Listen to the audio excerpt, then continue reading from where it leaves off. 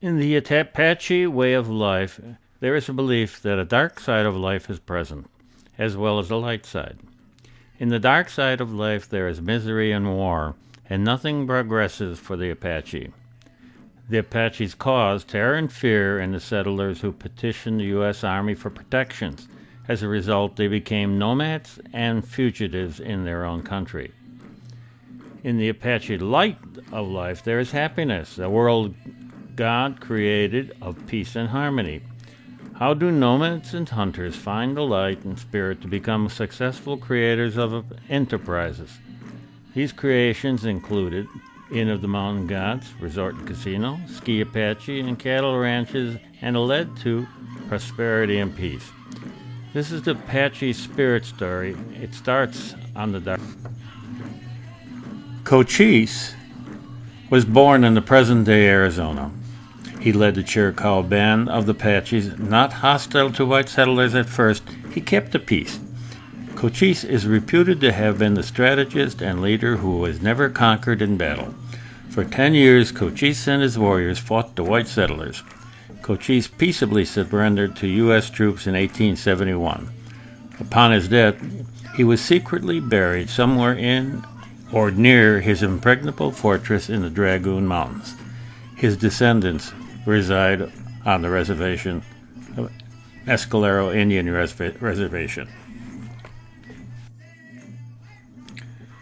With the Civil War drawing to a close, the U.S. could turn its attention to the war in the Southwest. The American citizens demanded protection from the natives.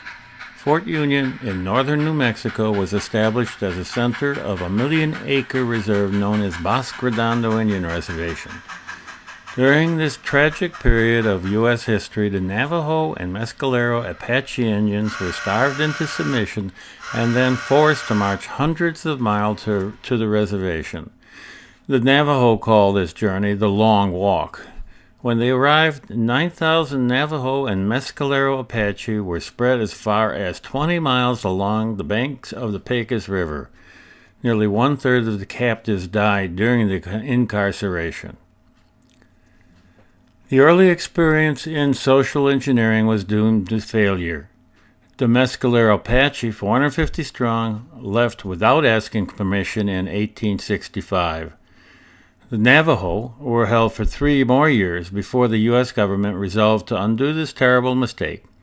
General William T. Sherman was sent to Fort Sumner in May of 1868 to negotiate a new treaty. The Mescalero Apache Reservation was formally established by executive order of President Ulysses S. Grant on May 27, 1873. Mescaleros on the reservation numbered about 400 when the reservation was established more than 100 years ago. The reservation lies in the Sacramento and White Mountains. Has an elevation of from about 5,000 to 13,000 feet and is composed of narrow canyons, rolling tablelands, and precipitous and rugged mountains. The mountains and higher elevation in the southern portion of the reservations are covered with dense forest of fir, black, and silver.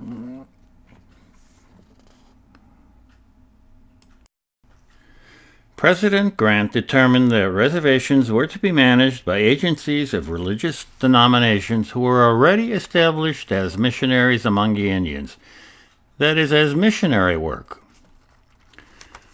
But by the late 1870s, the policy established by President Grant was regarded as a failure, primarily because it resulted in some of the bloodiest wars between Native Americans in the United States. By 1877, President Rutherford B. Hayes began phasing out the policy, and by 1882, all religious organizations had relinquished their authority to the Federal Indian Agency. The Mescalero Agency and boarding school was located 18 miles from Tularosa, New Mexico. The telegraph, express, and freight station on the El Paso and Northwest Railway, 100 miles northeast of El Paso, Texas. In 1904, the railroad was renamed the El Paso and Southwest. Originally, the agency was reached from the railroad by stage or private conveyance. Now, a series of agents then mismanaged the reservation for the next 20 years.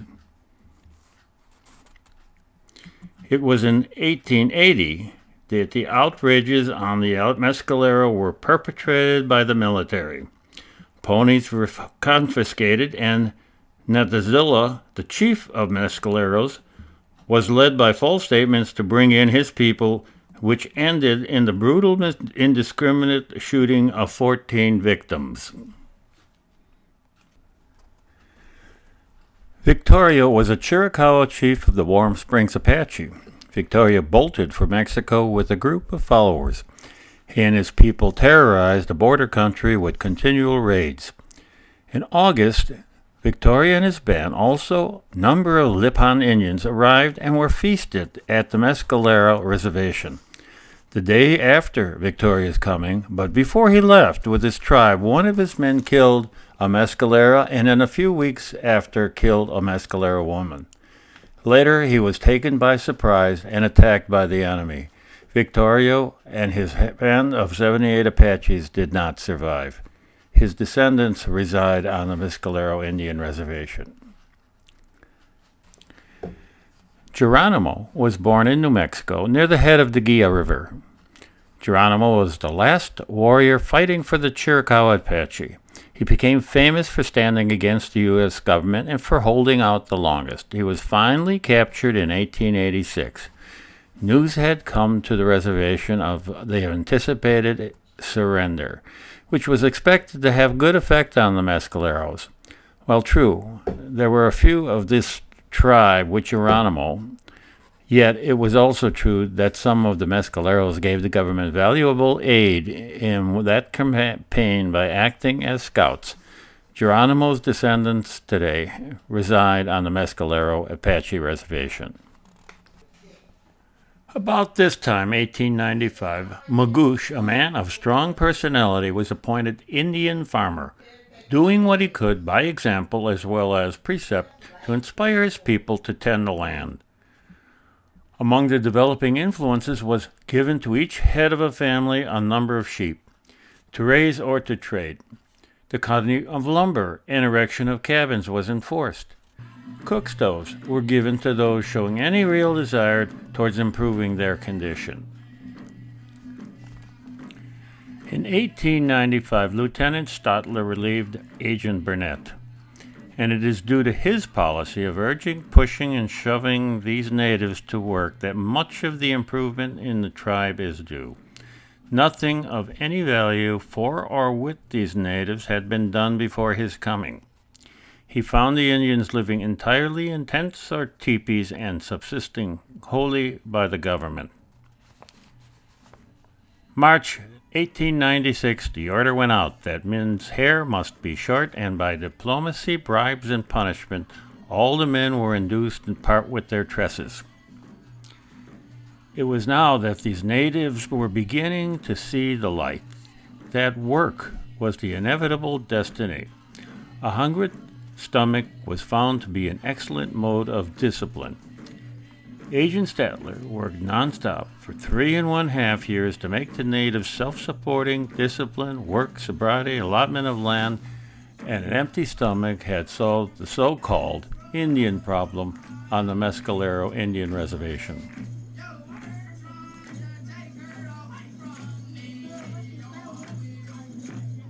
These natives are now self-sustaining. All rations, annuities have been cut off as of July 1, 1899, with the exception of persons who are incapacitated by injuries, old age, or blindness. Their sheep and goats are on the increase, some natives having from 600 to 800 sheep, whereas a few years ago they had not more than 100 or so. Their horses are rapidly improving. 18 months of sobriety has had good effect in making the natives more industrious and self-reliant. All have now adopted the white man's dress. All marriages and divorces are now performed by the superintendent.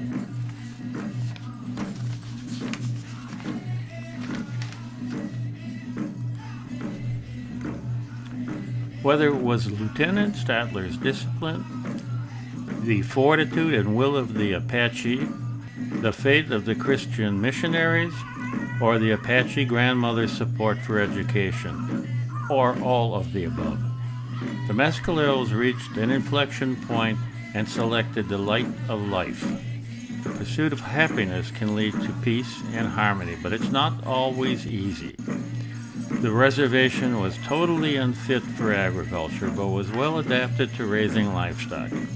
Before the Apache can ever become totally self-supporting on his present reservation, he must be allowed to buy livestock, either by the sale of timber or by other means. The Mescaleros did have timber in the densely forested southern border of the reservation. There were active logging companies working in and around Cloudcroft, New Mexico, just south of the reservation. The Mescalero Agency wanted to trade logging rights for the cattle, but politics got in the way, both in Santa Fe and the U.S. Congress. Part 2 of Apache Spirit will document how the Mescaleros saved their reservation from the U.S. Congress's Dawes Act, the New Mexico political battle with the reservation, consummation of the deal, building a railroad into the reservation, and building a cattle herd, depression years and compensation for harm to the tribe, building a tourist industry and an end to logging in the Sacramento Mountains, future rodeos and educational activities of the Mescaleros will be covered.